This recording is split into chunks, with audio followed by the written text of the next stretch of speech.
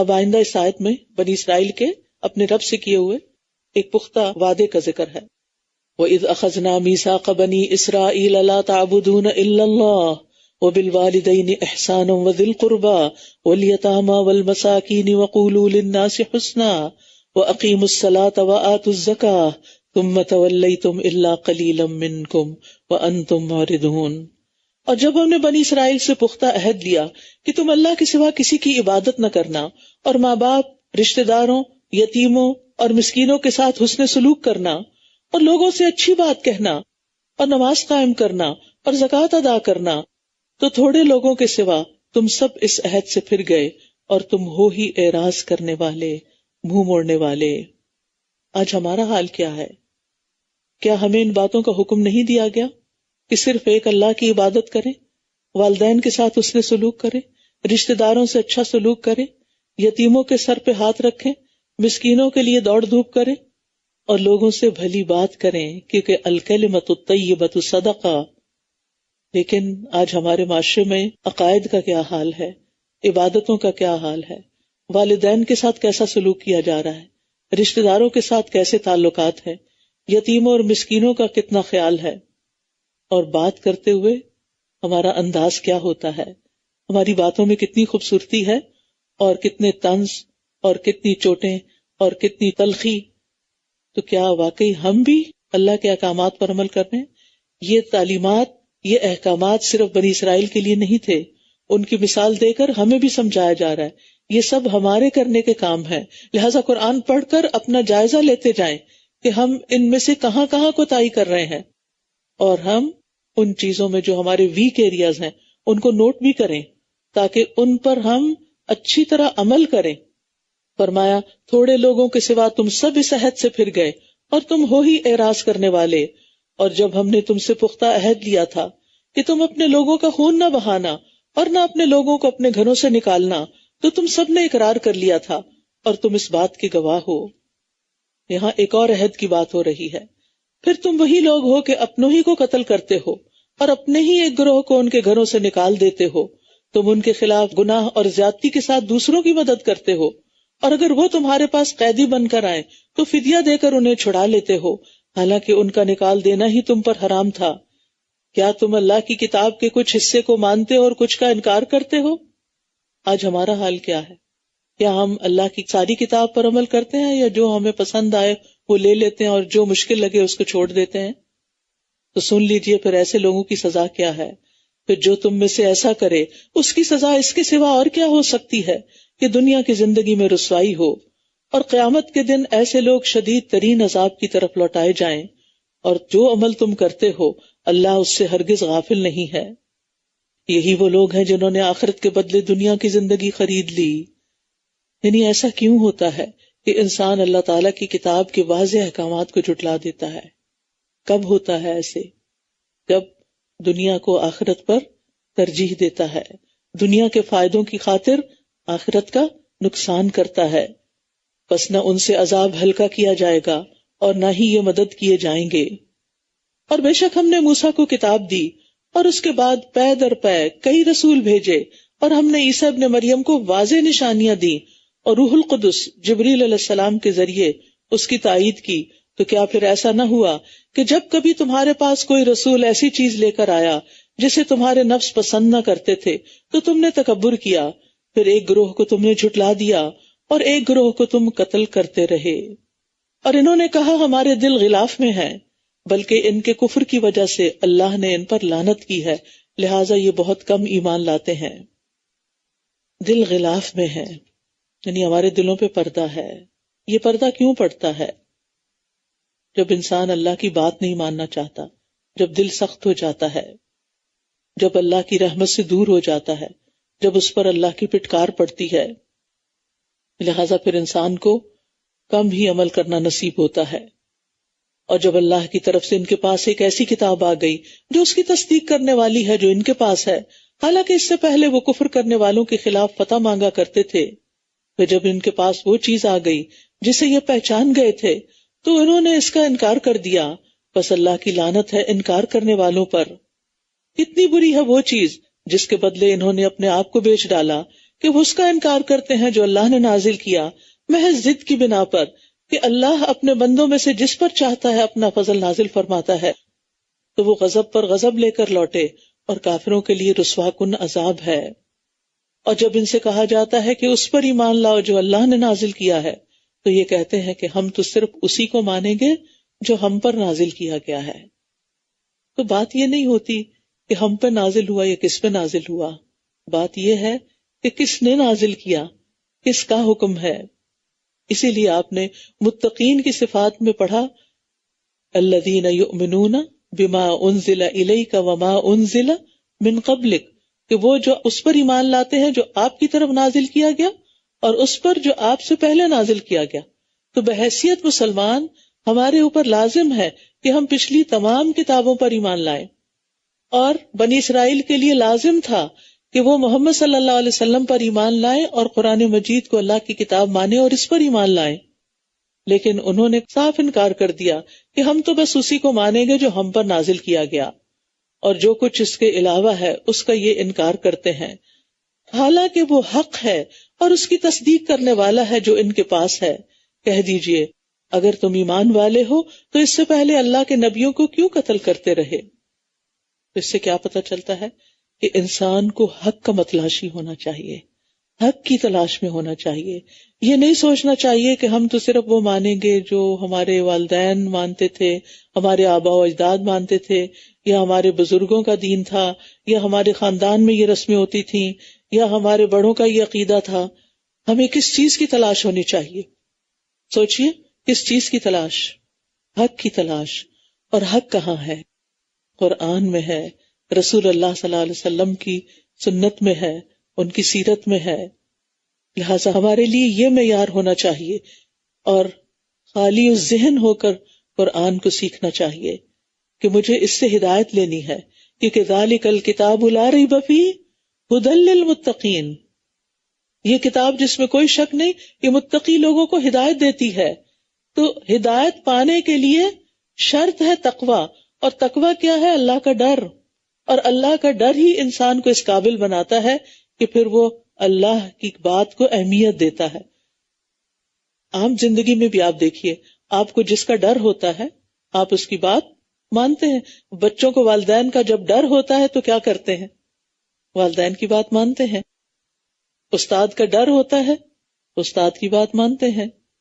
تو ایک محبت ہوتی ہے جو اطاعت کرواتی ہے، اور ایک ڈر ہوتا ہے جو اطاعت کرواتا ہے۔ تو جب اللہ کا ڈر ہوگا تو پھر اطاعت بھی ہوگی، اور اگر وہ نہیں ہوگا تو پھر منمانیاں ہوں گی۔ اور ان کے اندر اللہ کا ڈر تو تھا نہیں، اسی لیے انہوں نے انبیاء تک کو قتل کر دیا۔ جو انہیں حق بات بتاتا اسی کو ختم کر دیتے، یعنی خود نہیں بدلتے تھے، کتاب کو بدل دیتے، خود نہیں بدلتے تھے، حق بتانے والے کو مار ڈالتے تھے۔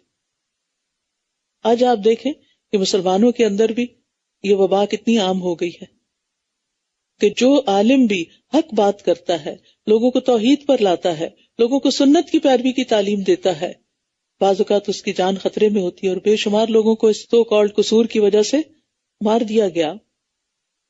وَلَقَدْ جَاءَكُم مُوسَىٰ بِالْبَيِّنَاتِ ثُمَّ اتَّخَذْتُمُ الْعِجْلَ مِن بَعْدِهِ وَأَنتُمْ ظَالِمُونَ، اور یقیناً موسیٰ تمہارے پاس واضح نشانیاں لے کر آیا، پھر تم نے اس کے بعد بچڑے کو معبود بنا لیا، اور یوں تم ظلم کر رہے تھے۔ یعنی کھلے کھلے دلائل دیکھنے کے باوجود پھر تم نے وہ کیا جو نہیں کرنا چاہیے تھا۔ اب دیکھیں کہ بنی اسرائیل کچھ عرصہ پہلے ہی فرعونیوں سے نجات پا کر سمندر پار کر کے، جسے موسیٰ علیہ السلام کے ایک عصا کی وجہ سے ایک سڑک کی شکل میں بدل دیا گیا، اس پر پانی کے اوپر سڑک بن گئی، اس سے چلتے ہوئے نجات پا کر اللہ کی بے شمار نشانیاں دیکھ کر وہ صحرائے طی میں آئے تھے، اور یہاں آ کر انہوں نے پھر وہی کام کیا جو نہیں کرنا چاہیے تھا، پھر وہ اللہ کو بھول کر بچڑے کو خدا بنا بیٹھے۔ اور جب ہم نے تم سے پختہ عہد لیا اور کوہ طور کو تم پر بلند کیا اور حکم دیا کہ جو ہم نے تمہیں دیا ہے اسے مضبوطی سے پکڑ لو اور سنو، کہنے لگے ہم نے سن لیا اور ہم نے نافرمانی کی۔ انا للہ و انا الیہ راجعون۔ ایسے بھی لوگ ہوتے ہیں جو سنتے ہیں اور دل میں کہتے ہیں یہ تو نہیں ماننا، یہ تو ہم نہیں کر سکتے، یہ نہیں ہوگا۔ بنی اسرائیل بھی ایسے ہی تھے، سمعنا و عصینا. اس کے برعکس صحابہ نے کیا کہا تھا؟ سمعنا و اطعنا، ہم نے سنا اور ہم نے اطاعت کی. اور ان کے کفر کی وجہ سے ان کے دلوں میں بچڑے کی محبت پلا دی گئی تھی. ان کے کفر کی وجہ سے جب انسان اللہ کی نافرمانیاں کرتا ہے، اللہ تعالیٰ کے احکامات کو نہیں مانتا، تو پھر انسان کو اللہ تعالیٰ کسی ایسی آزمائش میں ڈالتا ہے، کسی ایسی چیز کی محبت میں مبتلا کر دیتا ہے کہ جو اسے ہر چیز بھلا دیتی ہے. اپنے ہاتھوں سے بنایا ہوا بچڑا، اس کی اتنی شدید محبت کہ اس کی عبادت کرنے لگ گئے، اس کو معبود سمجھ لیا. ان کی عقل کو کیا ہو گیا تھا؟ کہہ دیجئے کتنا برا ہے وہ جس کا حکم تمہارا ایمان تمہیں دیتا ہے اگر تم مومن ہو. یعنی اس کے ساتھ ساتھ تم اپنے آپ کو مومن بھی کہتے ہو. یہ کیسا ایمان ہے؟ تو اس سے یہ پتہ چلتا ہے کہ جب عمل میں خرابی آتی ہے تو وہ ایمان کے بھی منافی ہوتی ہے. یا تو ایمان ہوتا ہی نہیں یا ایمان کمزور ہوتا ہے.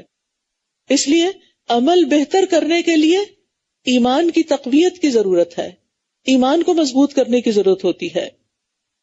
قل ان كانت لكم الدار الآخرة عند الله خالصة من دون الناس فتمنوا الموت ان كنتم صادقین.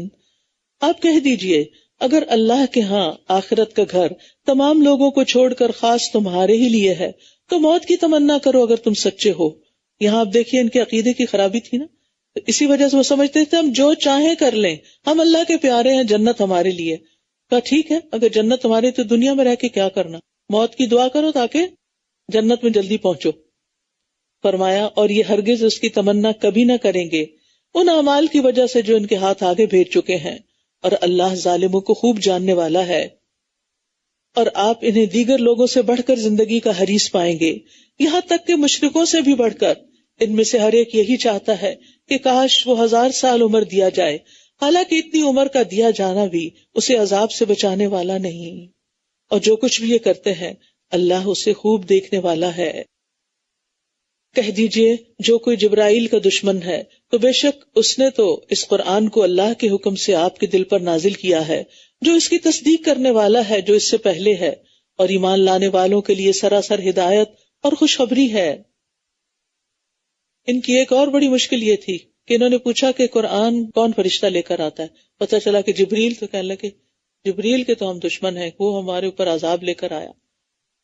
تو اللہ تعالیٰ فرماتے ہیں کہ جبریل نے اپنی مرضی سے یہ سب کچھ نہیں اتارا، یہ تو اللہ کے حکم سے وہ لے کر نازل ہوا ہے. اور اس قرآن کو دیکھو کہ یہ کہتا کیا ہے، یہ اس کی تصدیق کرنے والا ہے جو اس سے پہلے ہے، یعنی یہ تمہاری کتابوں کی بھی تصدیق کرتا ہے، اور جو ایمان لے آئے ان کے لیے سراسر ہدایت اور خوشخبری ہے. جو کوئی اللہ کا، اب یہ کھول کے کان سن لیجئے، جو کوئی اللہ کا اور اس کے فرشتوں کا اور اس کے رسولوں کا اور جبرائیل اور میکائیل کا دشمن ہے تو بے شک اللہ ایسے کافروں کا دشمن ہے.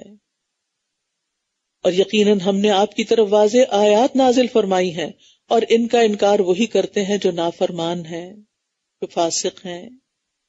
کیا ہمیشہ ایسا نہیں ہوا کہ جب بھی ان لوگوں نے کوئی پختہ عہد کیا تو ان میں سے ایک گروہ نے اس کو اٹھا پھینکا، بلکہ ان کے اکثر لوگ ایمان ہی نہیں لاتے.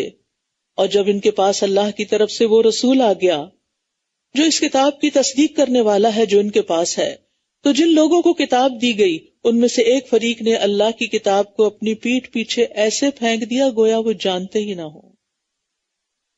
اب یہ بنی اسرائیل نے کیا کہ کتاب پیٹھ پیچھے پھینکی. مسلمانوں نے پیٹھ پیچھے تو نہیں پھینکی، اس کا تو بڑا لحاظ رکھتے ہیں کہ کمر نہ ہو، کسی کی بیک نہ ہو قرآن کی طرف، لیکن کیا کیا، بہت اونچا رکھ دیا، اتنا اونچا، اتنا عزت اور ادب کے مقام پر کہ وہاں تک ہاتھ ہی نہیں پہنچتا، وہ اتارا ہی نہیں جاتا. اتنی محبت کی کہ خوبصورت غلافوں میں لپیٹ دیا، اتنی محبت کی کہ خوبصورت طریقے سے لکھ کر اور اس کو پھیلا نہ ہو جائے، کہیں ہاتھ نہیں لگایا. اس کو پڑھنا تو درکنار، اس کو سمجھنا تو دور کی بات. کیا یہی مسلمانی ہے؟ کیا یہی کتاب کا حق ہے؟ کیا یہی دین ہے؟ ہم سب سوچیں ہمارا قرآن سے کیا تعلق ہے، کتنا تعلق ہے، ہماری اولادوں کا کتنا تعلق ہے. ہم میں سے ہر ایک یہ سوچے کیا ہمارے بچے ہر روز قرآن اٹھاتے ہیں؟ اور اگر نہیں تو رمضان کے مہینے کو غنیمت سمجھیے اور اس میں بچوں کو رمضان کی فضیلت قرآن کی فضیلت اور برکتیں بتا کر ان کے ہاتھ میں خود لا کر قرآن تھمائیے، اور اچھا تو یہ ہو کہ ٹرانسلیشن کے ساتھ ہو، تاکہ ان کو پتا چلے کہ ان کے رب نے کیا فرمایا ہے۔ یہ ہم سب کی ذمہ داری ہے۔ اگر آپ اپنے بچوں کو قرآن نہیں دیں گے تو کون دے گا؟ کس کی ذمہ داری سمجھتے ہیں؟ کون آئے گا پھر جو ان کے لیے اس کتاب کو کھولے گا؟ لہذا میک شور کہ ہمارے بچے ہر روز قرآن پڑھنے والے ہوں، صرف ہفتے میں 2 دن 3 دن نہیں، جب وہ مسجد یا مدرسہ جاتے ہوں ہر روز پڑھنے والے ہوں، ساری زندگی پڑھنے والے ہوں۔ ہمیں ہر روز کھانے کی ضرورت رہتی ہے، ہمیں ہر روز ریمائنڈرز کی ضرورت ہوتی ہے، ہماری روح کو، ہمارے دل کو روحانی غذا کی ضرورت ہوتی ہے جو ہمیں قرآن ہی سے ملتی ہے۔ یہ قرآن ہمارے لیے شفا ہے، یہ ہماری روح کی غذا تو ہے، ہمارے دلوں کے لیے شفا بھی ہے، ہمارے دلوں کی پریشانیوں، دکھوں اور غموں کا مداوع بھی ہے۔ آج آپ دیکھیں کتنے زیادہ مینٹل ہیلتھ کیسز بڑھتے چلے جا رہے ہیں، کتنے بچے سوئسائڈ کی طرف جاتے ہیں۔ اب یہ اتنی نارمل سی بات ہوگی، کسی اسکول میں جا کے پوچھ لیں، کسی بڑی کلاس میں جا کے پوچھ لیں کہ کیا سارے بچوں کی ذہنی صحت ٹھیک ہے؟ بہت سے ایسے ملیں گے کہ جو بچے خود جا کے کہیں گے، اور شاید آپ سے خود بھی آ کے کہیں کہ ہمیں سوئسائڈل تھاٹس آتے ہیں، ہمیں خودکشی کے خیالات ہمارے دل میں آتے ہیں کہ اپنے آپ کو ختم کر دو۔ یہ کس چیز کا نتیجہ ہے؟ یہ کلام اللہ سے دوری کا نتیجہ ہے۔ اس کا علاج صرف قرآن میں ہے۔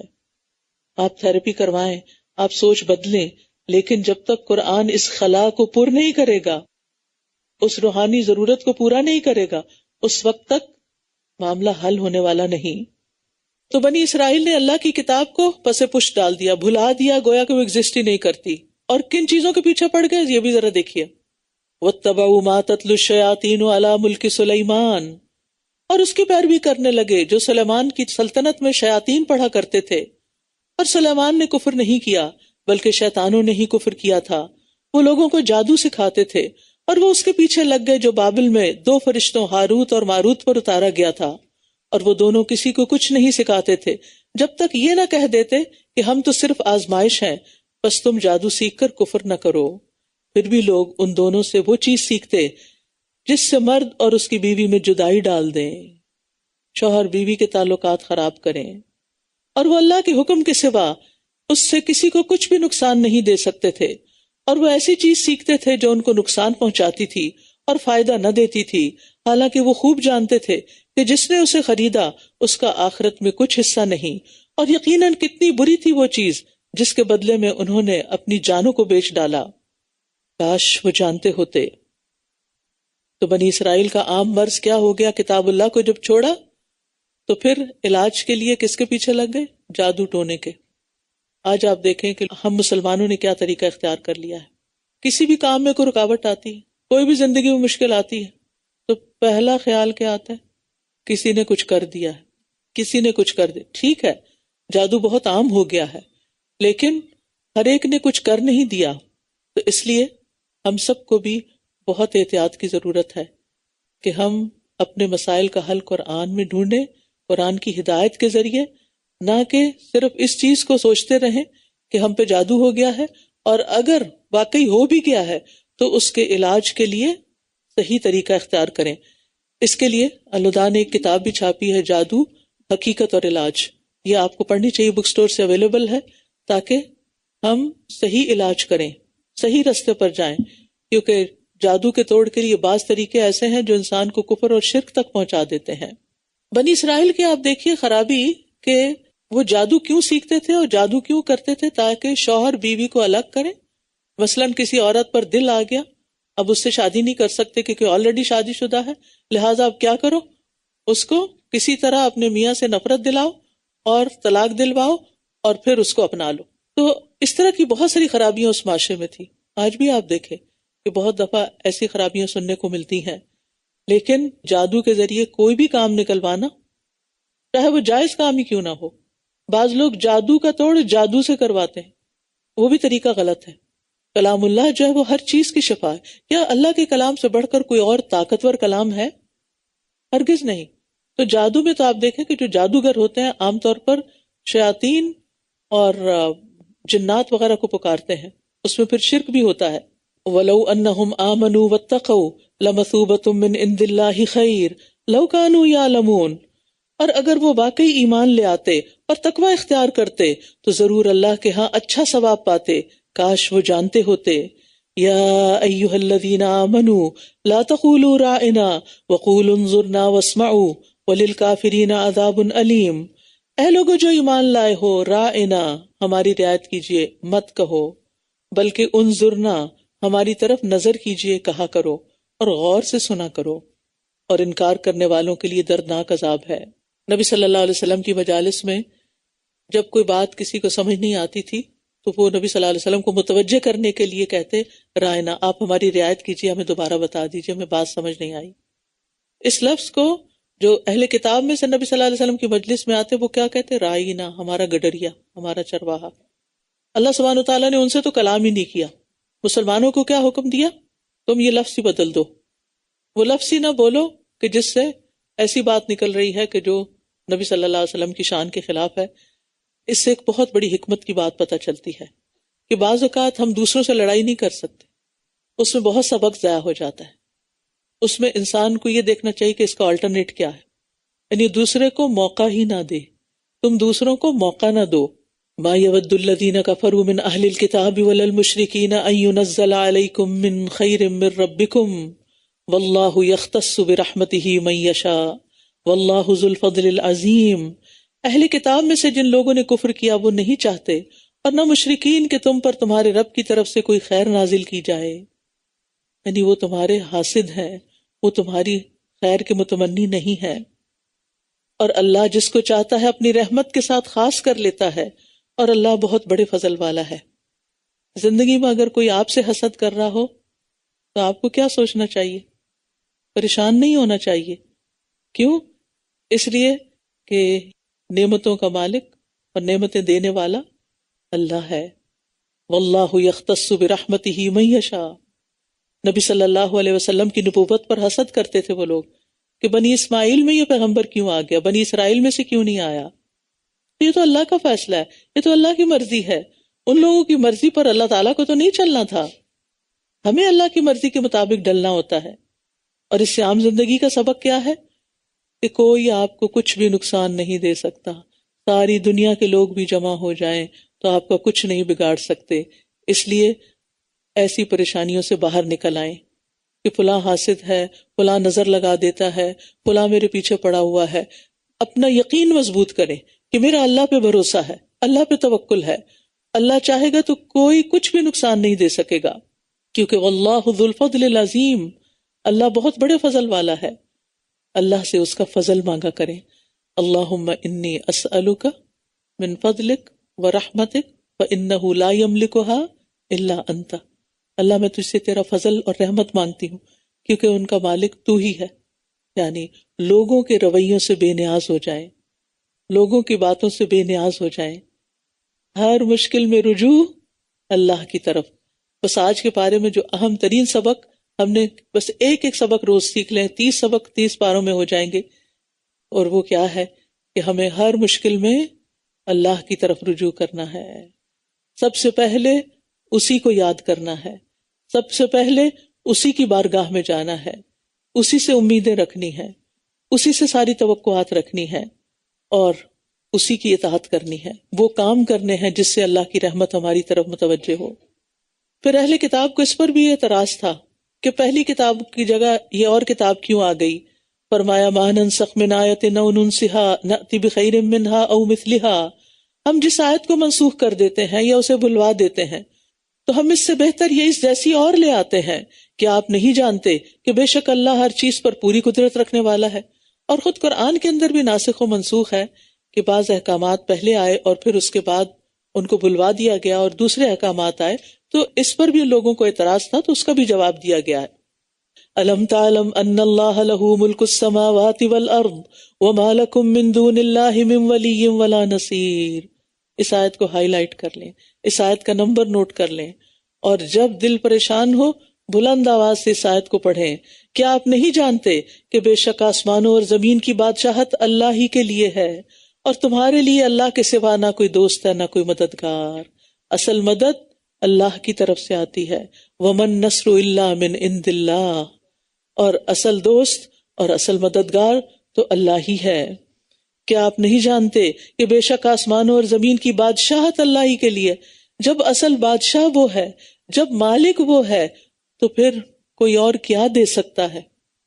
پھر کسی اور کے در پہ کیا جانا؟ کسی اور سے بھی کیوں مانگنا؟ کسی اور سے توقع کیوں رکھنا؟ لوگوں کے دل کس کے ہاتھ میں ہے؟ کس کے ہاتھ میں؟ اللہ کے ہاتھ میں ہے۔ لوگوں کی قسمت کس نے بنائی؟ اللہ نے بنائی۔ لوگوں کو پیدا کس نے کیا؟ اللہ نے کیا۔ لوگوں کو رزق کس نے دیا؟ اللہ نے دیا۔ لوگوں نے جانا کس کے پاس واپس ہے؟ اللہ کے پاس۔ تو پھر سب چیزوں کا مالک جب اللہ ہے تو پھر ہم اسی کو اپنا دوست اور مددگار کیوں نہ سمجھیں؟ اسی سے اپنا تعلق کیوں نہ مضبوط کریں؟ اسی کی فرما برداری کیوں نہ کریں؟ اسی کے بندے کیوں نہ بن جائیں؟ اور جس شخص کو یہ یقین ہو اس کی زندگی میں کوئی مایوسی نہیں آ سکتی، کیونکہ ہر چیز کا مالک میرا رب ہے، اور میں اس کو دن میں بھی اور رات میں بھی اور چھپے اور کھلے اور اونچے اور مخفی انداز میں پکار سکتی ہوں۔ وہ میری مدد کر سکتا ہے دن میں بھی اور رات میں بھی، سب کے سامنے بھی اور چھپا کر بھی۔ جو وہ جانتا ہے وہ کوئی بھی نہیں جانتا، لہٰذا مجھے اسی کا بن کر رہنا ہے، صرف اللہ کا بندہ بننا ہے، صرف اسی سے توقعات رکھنی ہے۔ ام تريدون ان تسألوا رسولكم كما سئل موسى من قبل ومن يتبدل الكفر بالایمان فقد ضل سواء السبیل۔ اے اہل ایمان، کیا تم بھی یہ چاہتے ہو کہ اپنے رسول سے اسی طرح کے سوال کرو جیسے سوال اس سے پہلے موسیٰ سے کیے گئے تھے؟ اور جو ایمان کو کفر سے بدل ڈالے تو یقیناً وہ سیدھے رستے سے بھٹک گیا۔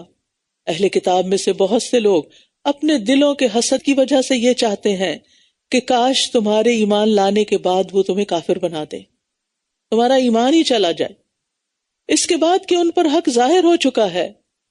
تب کیا کرو؟ کیا تم ان سے لڑائی کرو؟ نہیں، تو تم معاف کر دو اور درگزر کرو یہاں تک کہ اللہ اپنا حکم لے آئے۔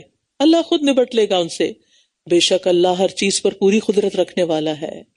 کتنا خوبصورت سبق ہے۔ حاسد کو کیسا جواب دینا چاہیے، حاسد کے ساتھ کیسا رویہ اختیار کرنا چاہیے؟ لیٹ اٹ گو، جانے دو، معاف کرو اور آگے بڑھو۔ زندگی میں آپ کا آگے بڑھنا نہ رکے۔ حاسد کیا چاہتا ہے کہ جو کچھ تم کر رہے ہو وہ نہ کر سکو، جو ترقی تم کر رہے ہو دین میں یا دنیا میں وہ ترقی نہ کر سکو، تو کیا تم اس کی باتوں میں آ جاؤ گے؟ سب سے بڑا حاسد کون تھا؟ سب سے پہلا حاسد کون تھا؟ شیطان۔ شیطان کیا چاہتا ہے کہ ہم نیکی میں آگے نہ بڑھے، لہٰذا اس کی باتوں میں نہیں آنا۔